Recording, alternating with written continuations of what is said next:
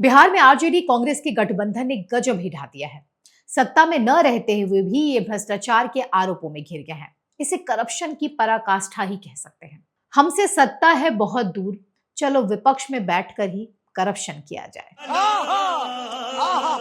नमस्कार दोस्तों, मैं विनीता और आप देख रहे हैं द पैम्फलेट। बिहार में एक तरफ तेजस्वी यादव बिहार अधिकार यात्रा के जरिए माताओं बहनों से मिलकर खुद की पार्टी के लिए वोट मांग रहे हैं, तो दूसरी तरफ उन्हीं मां बहनों को ठगने का काम भी उनकी छत्र छाया में चल रहा है। जी हां, बिहार के दरभंगा जिले में नेता प्रतिपक्ष तेजस्वी यादव, राज्यसभा सांसद संजय यादव, पूर्व एमएलए ऋषि मिश्रा और कांग्रेस के पूर्व प्रत्याशी मस्कुर अहमद उस्मानी के खिलाफ सिंघारा थाने में ये एफआईआर दर्ज की गई है। इन सभी नेताओं पर माई बहन योजना के नाम पर महिलाओं से धोखाधड़ी का आरोप लगा है। मीडिया रिपोर्ट के मुताबिक ये शिकायत सिंहवाड़ा थाना क्षेत्र के वार्ड नंबर 7 में रहने वाली गुड़िया देवी ने दर्ज कराई है।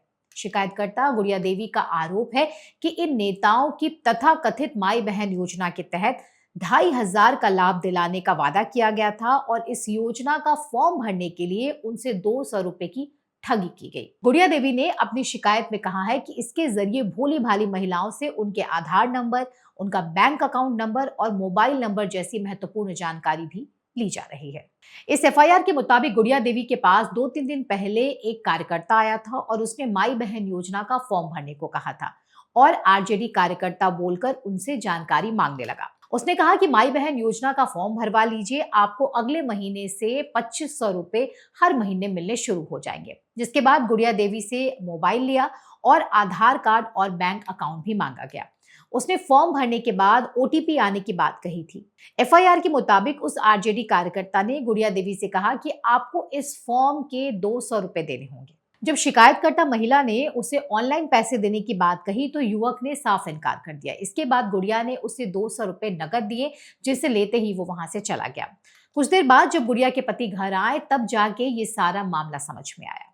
यही नहीं, मीडिया रिपोर्ट के मुताबिक युवा आरजेडी के जिला उपाध्यक्ष फहीम अंसारी पर यह आरोप लगा है, जो महिलाओं को ये लालच दे रहा था कि अगर वे आरजेडी को वोट देंगी तो उन्हें 2,500 रुपए की राशि दी जाएगी।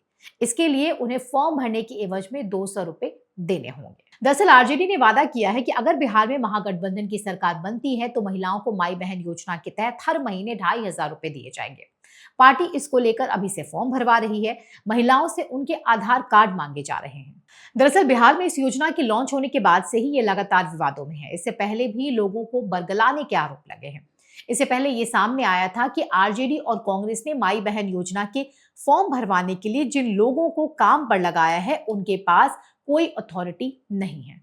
ये लोग बिहार में लोगों के पास जाकर उनसे आधार कार्ड मांग रहे थे। एनडीए के नेताओं ने इस पर कड़ी आपत्ति जताई थी, जिसके बाद ये योजना लगातार विवादों में है। इसे बीजेपी के नेताओं ने एक बड़ा घोटाला बताया था। देखिए, ये ठगी योजना लोगों को ठगने का और भ्रमजाल फैलाने का जनता समझ रही है कि राष्ट्रीय जनता दल और कांग्रेस के द्वारा झूठा भ्रमजाल फैलाया जा रहा है।